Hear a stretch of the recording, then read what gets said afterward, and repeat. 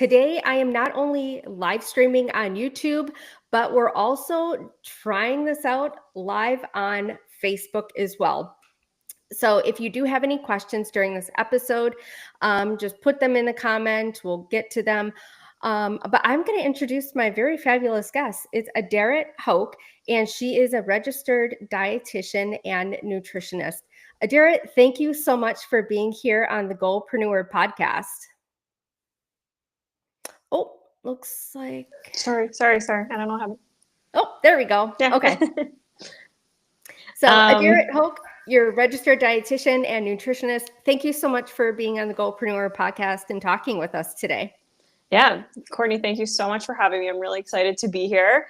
To quickly introduce myself to everyone, hi, I'm Adaret. I'm a dietitian. I'm from New York. I'm currently based in Tel Aviv, Israel, where I sometimes spend time running my private practice from here as well as in the States. I work with women from fertility through family life. We take a holistic, sustainable approach to nutrition care. I work one-on-one, and it's all virtual. So that's kind of a little summary of me. That's awesome. So what brought you to Israel so you're living in New York. What's in Israel? So I was born and raised in New York. I went to school there, went to college, grad school, everything. I have a lot of family here in Israel, and I spent most of my childhood like coming here for summers or vacations or holidays or whatever it is to be with family. And when I got older and I kind of finished everything and settled in my career, and I just was like, this is where I want to spend some more time. And so I now spend some of my time, or I should say most of my time, over here. And then I do still have family in New York, so I make my way back there a lot as well. So I would say I look a little bit in two places. But yeah, so.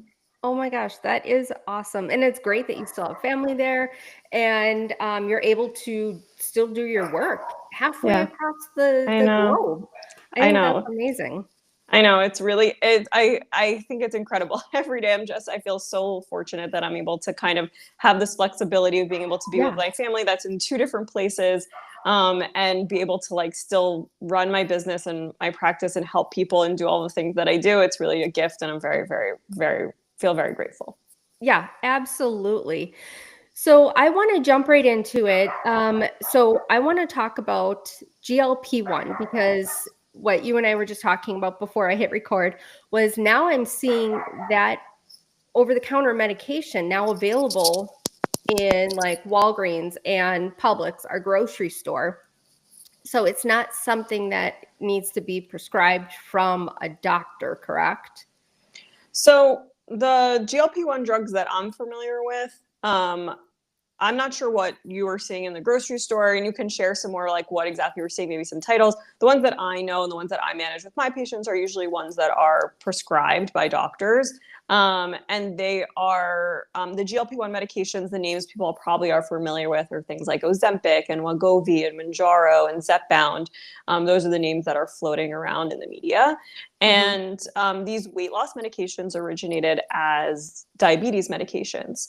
They were meant for helping manage blood sugar control. And one of the side effects or whatever, just symptom, whatever you want to call it, of the medication is weight loss and reduced appetite. And so it kind of became popular and shifted into becoming a medication that was prescribed specifically for weight loss, not just for type 2 diabetes, and also put on the market as weight loss medications. And this really shifted the whole weight loss world. It's shifted the food industry. It's really had such I consider, those like the butterfly effect type of thing, where it's just like, it has really had such an impact on so many things.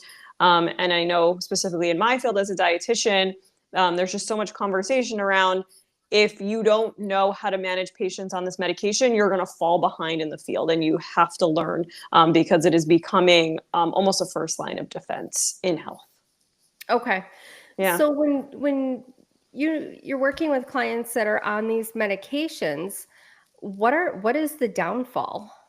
Like I think I've read with this type of medication that it eats away at the muscle, or you have greater muscle loss the longer you're on the medication. Is that right?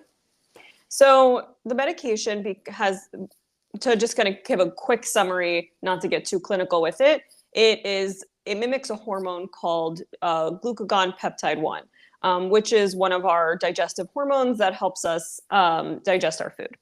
And by mimicking this hormone, what it does is it ends up reducing our appetite. It ends up slowing our digestive system down, and it helps improve our blood sugar control as a result. And so, with all amongst other many other effects of medication, but those are the main ones. And as a result of these actions of the medication, these mechanisms of action of the medication, we end up losing weight quickly. Some people struggle to lose weight on the medications. It's not a fine. I've had patients who are on the medication, they don't lose weight that quickly, or they don't reach their goal weight or whatever it is.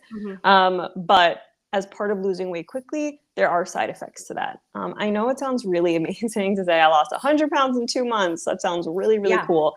But there's a balance in nature always. Losing weight really, really quickly, whether on a medication or not, doesn't matter, has health implications. It's why we pace losing weight. When you work with a dietitian will say, or even if you just go on MyFitnessPal, you'll see they'll ask you, how many pounds per week do you want to lose? There's a reason for pace. And so when you lose weight quickly, which can be a side effect of the medication, there are health implications. And sometimes that means losing muscle mass. Yeah. Gosh, that's so scary, especially the older we get. Like we lose it anyway, so we need to preserve as much as possible. But do you feel like people are using these medications now as a quick fix versus like a lifestyle change? Yeah, it's such a good question. I think because the way I know that it's still kind of gate kept through insurance and through your doctor, I don't know if it's really, I mean, if you can afford it out of pocket and you can afford to just buy the medication, you can obviously use it in more of like however you want. But for most people, that's not the case. And so because it's a little gate kept by doctors and insurance, I don't know if it has yet or will ever explode to the point of like just this like the quick fix, because it's not that quick, so to speak. But I do see that people who are on the medication do get complacent with it, where it's like, okay, well, I am seeing the results that I wanted, and I can eat. When I eat, I mean, your appetite is very reduced. So you're not exactly like running to, eat pounds and pounds of food and so lose weight. You're not really interested in it the way you were before. And so, you are seeing this kind of complacency with it. Well, the medication's doing the work, so I don't really need to. And in that sense, I do see a mindset of a quote unquote quick fix. Okay. What about like when you're working with people, clients, what are you suggesting if they don't want to give up that medication because they are seeing such a great return, lack of a better word, return, like they're getting the results that they wanted with this medication that they have not gotten before. So they're like, I'm on a total roll. I'm not giving this up. But what else are you suggesting for people that are wanting to lose the weight? They're on this medication and not really wanting to change their lifestyle too much, too crazy? Yeah, that's a really good question. First of all, I think that is a responsibility of doctors to make sure that anybody who chooses to go on this medication should also be working with a dietitian. That I think that should be part of it's. I mean, it's not a requirement, but in my biased opinion, it should be. I think it's important to remember that nothing works alone. When I talk to my patients about it, I talk it like it's a team player. It's not the team. We don't weight loss, for the sake of just being really simplistic about it, doesn't happen, just magically from one solution. Especially since the medication is not a forever solution. It's just like the amount of time you'll be on it. And eventually at some point, you're not going to want to be on it anymore. You can't be on it anymore. And you're going to want to have built healthy habits in the background. And lifestyle really does make a difference. It doesn't, like, the medication is only going to do so much for you. A lot of the talk around the medication, that, you know, the chatter is around how it reduces food noise. And this is like a really trendy term. Even dietitians are using it. I'm going to explain in 1 second what it is. Thank you. And it's really like, it's like gotten really hot to use this term. And like, I didn't hear it until my patients were saying it to me. And then I was seeing it in dietitian groups, and I'm like, oh, okay, I get what the term is saying. And I'll explain in 1 second. It's really interesting that this is a term. So there's this term now running around called food noise, which is basically to say that, like, I'm thinking about food all the time and I have no control. It's just my intrusive thoughts all the time telling me to eat, telling me like, oh, there's McDonald's right there, I have to go in there and eat it. You know, there's a donut, my coworker brought in donuts, I have to eat them, right? There's just this like intrusive thoughts and noise around food all the time, and it can't think about anything else. And it feels like you have no control, and the food is controlling you. And one of the effects of the medication that people say is like the food noise either goes away or is extremely quiet all of a sudden. And I don't know how people are like really talking about this from like a behavioral science perspective or anything like that. I haven't heard much on it. I really just hear it through anecdotal stuff.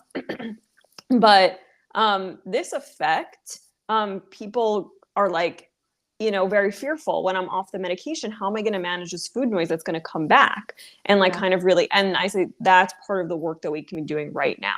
We can really get into the depths of where's that food noise coming from and what is it exactly? And since you can clearly feel the difference between when you're on the medication and you don't have it versus when you're off the medication and you do have it, there's clearly work that can be done here. And I think that that conversation becomes really, really important when I'm managing somebody on a medication. Okay, food noise. That's another term that I'm hearing it for the first time. Haven't heard that before. But I feel like each week or each month there's a new term that's coming out, or a new fad diet, or a new way to do something, or to lose 20 pounds, or, you know, whatever it is. But I have been reading more and more about these types of medications. And it needs to be that lifestyle shift, that mindset shift, because if you don't fix that, it doesn't matter what you're on, the weight's just going to come right back. Because like you said, you can't stay on it forever. At some point, you do need to wean yourself off. But if that mindset hasn't shifted, if your lifestyle hasn't shifted, you're back to square one. And then it's like a vicious cycle. You just can't stop that cycle until you shift the mindset. So let's talk about another hot topic here: gluten.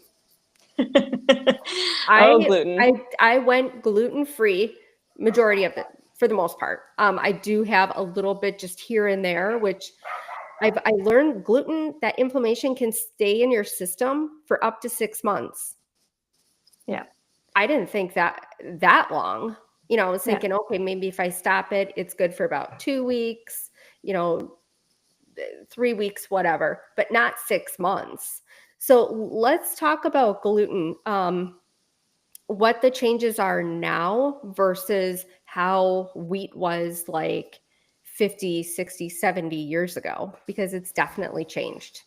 So I'll say overall, you can say that about our entire food industry. Our entire food industry is nothing what it once was. We are mass producing on levels that I don't think our system ever thought it was going to. And it honestly is, it's cracking under the pressure of it. And we are choosing lower and lower quality, cheaper choices to get the product out there.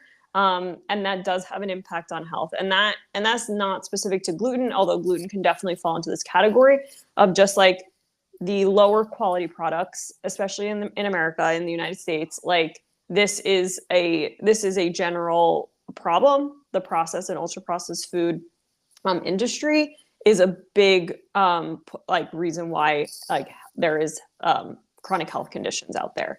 And unfortunately, it's a hard thing to fight because we need food. It's not like cigarettes, it's not like tobacco, where you can say, we don't need cigarettes, so we got to fight this because it's harming our health. Yeah.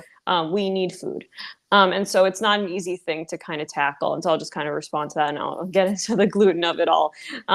So gluten's a complicated one. Gluten is a protein. It's a protein. It's a wheat protein. It's like kind of natural in its form. It's not like an unnatural thing that exists in food. It's what happens when you process wheat. And people who are celiac, or those who have like a gluten intolerance or gluten sensitivity, will not be able to tolerate any sort of gluten intake. It will mess with their intestine lining and will affect their ability to absorb nutrients. One of the like key nutrients that gets affected by intake of gluten when you can't tolerate gluten is iron. Many times they'll have very low iron, and you'll try to give supplements to somebody and they still won't be able to increase their iron absorption. And that's probably like a key giveaway that somebody isn't tolerating gluten well. With that being said, it kind of became very, very trendy to cut gluten out. And in that process of cutting gluten out, which there's no problem with saying I'm sensitive to gluten and I shouldn't be intaking it, and it doesn't feel good, and I can feel the effects of it, the inflammation and all that. There's really nothing wrong with saying that if that's how you feel and that's what's going on with you clinically, medically. It's when the problem becomes what you replace it with. How do you go about eliminating gluten from your diet? What are you doing? And that's where I think people get tripped up. Because it's really easy to fall into the trap of just buying all the gluten-free products, which just substitute something else that could be harmful to you, and not being able to read the label properly, or just completely cutting out all these grains, this fiber from your diet, as well as nutrient-rich grains from your diet completely, that can then just leave a gaping hole in your nutrition. And so to me, it's not really the issue of saying like, oh, should I have gluten or not? Again, if it doesn't sit right with you, if you don't feel like it's serving your health and it's something that you're like, I don't really feel like I want it in my diet, and I understand that, then I say just make sure you are being thoughtful and mindful about how you are going about eliminating it so that you're not harming yourself further. I think that is, again, the balance of nature in all of nutrition. And this, I think, is just a running theme for me personally in my work, is coming at it from an angle of what can I have versus what can't I have? Because when we go about it with what can't I have, we end up in this space where we're just either missing something or we're going to harm ourselves in the process of eliminating something. So, yeah. Yes. I feel like over the last 20 years, even, the alternatives for gluten are so much better. I remember stuff used to taste like cardboard, and now it actually tastes good. And there are so many other alternatives. So when you see me looking down, I'm taking notes because I'm like, if I don't write it down, I'm going to totally forget about it. Okay. So I'm going to say this wrong. It's a type Eichhorn flour. It's low GI, but it's I started using it. It's low GI, and it's tolerable for people that have the gluten sensitivity, the intolerance. Do you know much about that type of flour, or what other alternatives do you suggest? Yeah, I don't know anything specifically about that type of flour. I don't think I've heard of it. But generally speaking, first of all, you're correct. There's a lot of great stuff on the market now that is naturally gluten-free. I just did a whole thing on sorghum, which is like another grain that's naturally gluten-free, and it can be used in so many different ways, including as a flour. It can be used as just like a grain on the plate. It can also be popped into popcorn, which is really cool. It can be made into syrup. There's a lot of great gluten-free grains naturally out there. Quinoa, rice. So nobody should ever feel like there is an option. And I think just that point in general, again, coming from this space of what can I have, right? Because there's such a long list of things you can have. I think also people who are worried about having to cut gluten out of their diet get really fearful because like, oh, well, I can't have wheat, barley, or rye, right? And that means I can't have bread and I can't have my favorite pasta. And I'm like, I don't know if you know this, but lentil pasta on the market right now is phenomenal. Chickpea pasta, there's so many cool pastas on the market that sometimes taste even better then like I don't actively try to cut gluten out of my diet, and I eat a lentil pasta over a wheat pasta. Right. So like to make the point that like you're right, there's so many great options on the market that are naturally gluten free. It's not like one of those things like where they had to work really hard to make it work, and do taste really good. And so just kind of coming from the space of what can I have? So Yes. When I've worked with clients in the past, it's been so many years since I've done nutritional counseling, but I loved talking to people because, like, like you just said, they focus on everything that they can't have and it becomes an obsession. Well, that's mm-hmm. going to lead to failure because it's like they're just obsessing over it so much versus look at all the other stuff I can have. Yep. There's substitutions for pretty much everything out there. Something you can't have, there's a substitution for. And over the Mm-hmm. years, it's gotten way better. Yep. It's Yep. gotten You amazing. said it. You said it. Yep. Yeah. Um, what I totally just lost my question that I was going to ask you. So outside of the weight loss medications, the the gluten-free lifestyle now, what was another hot topic that we wanted to talk about that you're Yeah. seeing or getting asked more about? Yeah. I think two that come to mind for me, and I'll kind of add a third in with an asterisk. The first one is protein. I think that protein right now is really having a moment, and it's so funny to me because it's like an extension of keto having a moment. Like that's how I see it. And I know that Khloe Kardashian just came out with this like popcorn line, like protein popcorn, and I know, and I Okay. Okay. and I always just think I'm like, it's so funny because protein is one of those things that's really not hard to get it. No. It's really easy to get it actually, because especially if you're not a vegetarian or a vegan, like it's really not difficult to intake protein, but we've put it on such a pedestal to make it feel like it is almost impossible when it's one of our macronutrients and you would know if you weren't getting enough of it. Mhm. With that being said, high protein is really having a moment, I think, because people are discovering that, well, first of all, the GLP-1 medications are putting people in a mindset of like, well, how do I nourish myself in this like diminished amount of time that I have an appetite for? And so they're really being pushed into a place of make sure that you're eating your proteins and make sure that you're eating your fiber, because that's where you're going to get a lot of your nutrition from. And if you're not that hungry all the time, you're going to want to make sure that you're getting your nutrition in this like kind of condensed space. And so it kind of really ties in well to that. But people are discovering that when you're on a quote unquote weight loss journey, including making sure that you're focusing on your plate of protein and fiber on your plate, is really going to help you kind of, set you up for success. It's going to make you feel fuller longer. So you're not going to have these like, big gaps of being really hungry. It's going to really give you your nutrition. People are discovering that protein, in its essence will, it's a higher digestive, it costs a lot of energy to digest it, and so you're Right. also burning energy when you're digesting it. So all of these things I think are giving protein kind of this like moment to shine. To which I said to my patients, it never wasn't a moment to shine. It's always been important. It's one of our macronutrients. Nobody's denying the like importance of eating protein. If anything, I would just encourage you to be mindful of your protein sources. Be smart. Choose high quality protein sources. Choose protein sources that are going to give you what you need. Be mindful of how much you need. Know how much you need. Don't just like say like I'm not eating enough protein. Actually crunch the numbers, so to speak. Is that actually true? And just kind of get into that space. But remember that it doesn't stand alone. We're not just eating protein. I think people have a tendency to be like, I ate a piece of chicken, so I'm good. And I'm like, where were your fruits and vegetables? Where was your fiber? Where was your whole grains, starchy vegetables, whatever it is? Like, where are your fat sources? Just making Yeah. sure that you are intaking all these balanced, all you want the whole balance, because at the end of the day, our body needs everything. It Mhm. needs all of the nutrition, and it will function better when it's getting everything that it requires. Right. So when you were talking about protein and people not getting enough, I've read, a pound or a gram of protein per pound of Yeah. body weight, a gram of protein per desired target body weight, Yeah. or 3/4 of a gram per pound of Yeah. body weight. Yeah. What do you suggest? Like, I know that everybody's Yeah.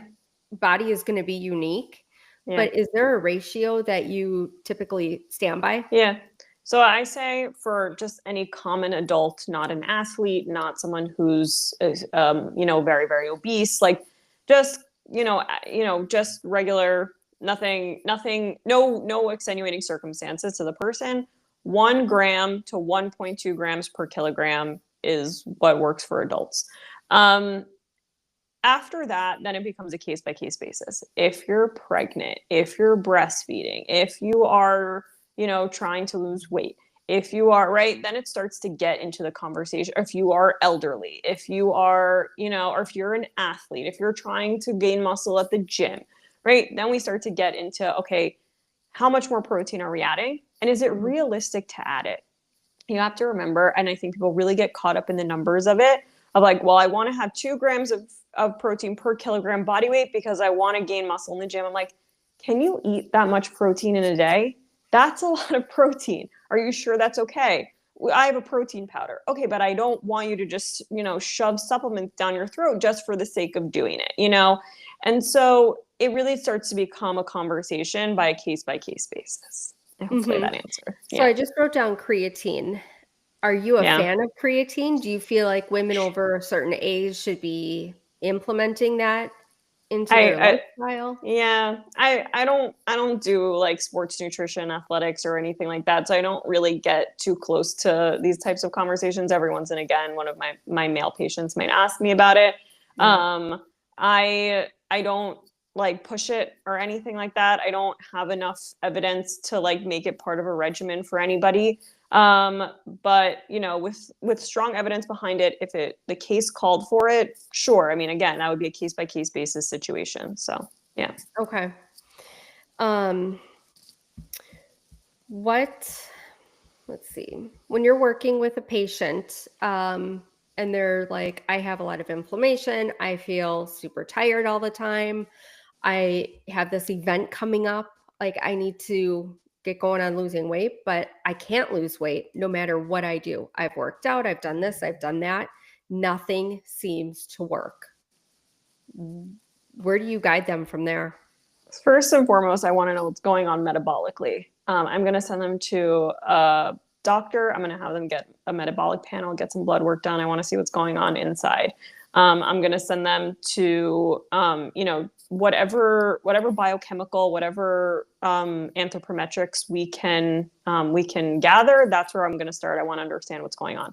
From there, then we're going to deep dive into their lifestyle. I would imagine that a case like that is probably related to stress. If you're telling me that they're tired all the time and they're experiencing inflammation and they have a big event coming up, the thing that goes off my brain is how stressed are you on a scale from 1 to 10 and how much are you sleeping? And so I really want to get into the nitty gritty of their lifestyle. And that case is actually probably a really, really common one that I hear.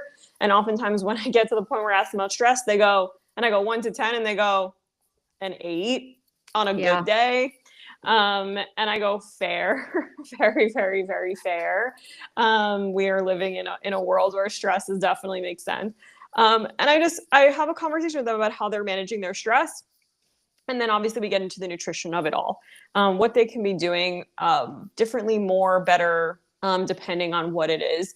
Sometimes, honestly, just seeing a dietitian and working with someone and the stress of nutrition off their mind does make a huge difference. Knowing that they're working on it calms them. Knowing that there's a professional guiding them and supporting them already is a step in the right direction. And so it's not necessarily this big overhaul of your entire life, which, by the way, almost never happens. I think rarely do I ever say to someone, we need to overhaul your entire life. It doesn't even make sense. But there's definitely this conversation of like, how are you taking care of yourself? How are you taking care of yourself? What are you doing? After 9 to 5, what are you doing to take care of yourself to help, relax your body and give your body a chance to do what it wants to do? Yeah, I think we are just in the hustle mode every day. It's just that go, go, go. If we don't keep ourselves busy with, the next big thing, it's like, oh, we're lazy. Or I need to feel productive, so I need to be that go, go, go type person. Yeah. But talking about like women that are coming into menopause or I'm sorry, perimenopause, Yeah. and then that transition period.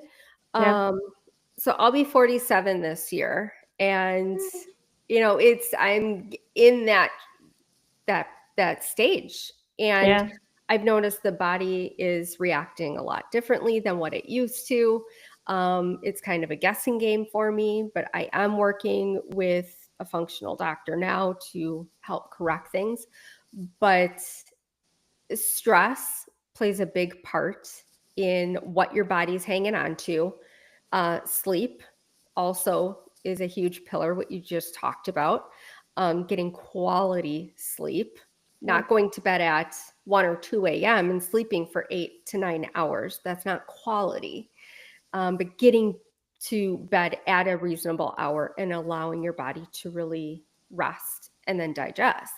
Um, so, what suggestions do you have for women that are maybe coming into their 40s or mid 40s in that transition period? So, let's talk about the protein. Let's talk about the fiber, because that is so big. That is huge. Hmm. Supplementing with fiber or strictly just getting it from fruits and veggies. What are your thoughts?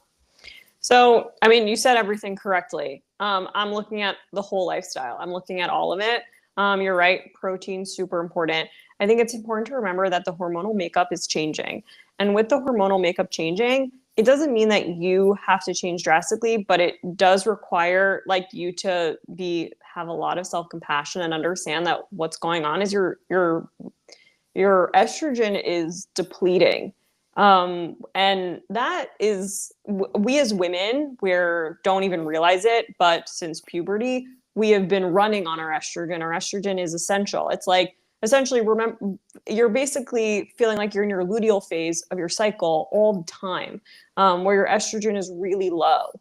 And so I think this is something that like women going through menopause and starting to go through menopause really need to remember is like, it feels some type of way.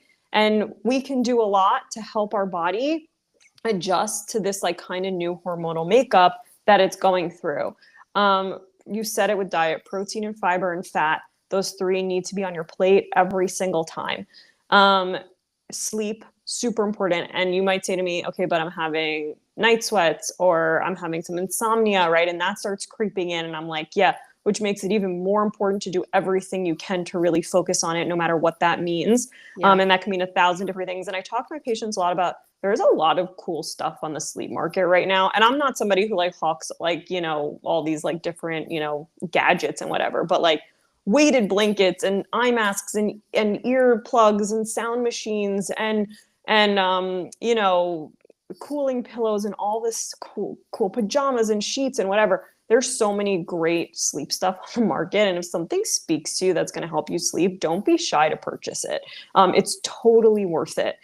Um, Managing your stress, whether that means, on the day to day, learning how to meditate and deep breathe and journal and all of these like minute to minute small things that you can be doing to help manage your stress, as well as the macro management of stress. And I talk about this a lot, there's everything from, traditional talk therapy, working with a therapist. And then there's also a lot of cool coaching out on the market now. I pair with a health coach. We do some work together, and she works with new moms, postpartum, and she does a lot of the emotional mental health piece, and it's coming from more of a coaching, less from a therapeutic. And so you get kind of a different flavor of help. And so all of these things are really important and great strategies to work with, Yeah. and really do make a difference in the perimenopause space. Yeah. Um, I love yeah, that. yeah. So we're almost out of time. How can my audience find you? So I will link all of your information, your links in the show notes. But give us where we can find you online, and then you do virtual work. So it's now, are you working one-on-one, or do you offer group coaching or programs? So right now, everything is one-on-one, and everything is virtual. You can find me on Instagram at Dining with Nature, or you can find me online, diningwithnature.com. I work with women, fertility through family life, and that really ranges through all the life stages. So everything from, I'm ready to have a baby, or I'm thinking about maybe in the future I want to have a baby, all the way to I'm the mother of 18-year-olds who are no longer in my house, and here I am. So all the way through the whole life stage. And we work all, like I said, we work all virtually. Right now, one-on-one. Hopefully in the next year or so, we're going to be opening up group coaches and online courses. So you can, if you want to stay tuned with Dining with Nature and make sure you're up to date on everything that's going on with the practice, you should sign up for our newsletter, which you can do very easily on our website. And that way you'll always stay up to date and know when our groups are opening and our online courses are opening, but they're coming, I promise. Awesome. I'm excited to follow your journey and learn more Thank from you. you. Thank you. It was amazing. Thank you so much. Thank you, Courtney. Yeah. Yeah. This conversation was really great. I'm going to keep an eye on the Facebook page, see if we have any questions that come in. I will be tagging you once this episode airs on Spotify and iHeartRadio and Apple. And then hopefully we can, in those comments, get those questions answered, or I'll just keep a running list and bring you back. And then we can I love that. answer them during another conversation. This was really great. So informative.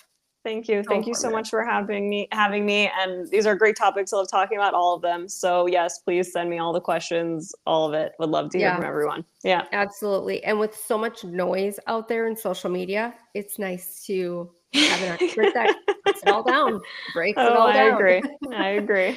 All right. Adira, enjoy your time over in Israel. It was so nice to talk to you, and I really appreciate your time. Yeah, thank you. All right. We'll chat again soon. Bye. All right.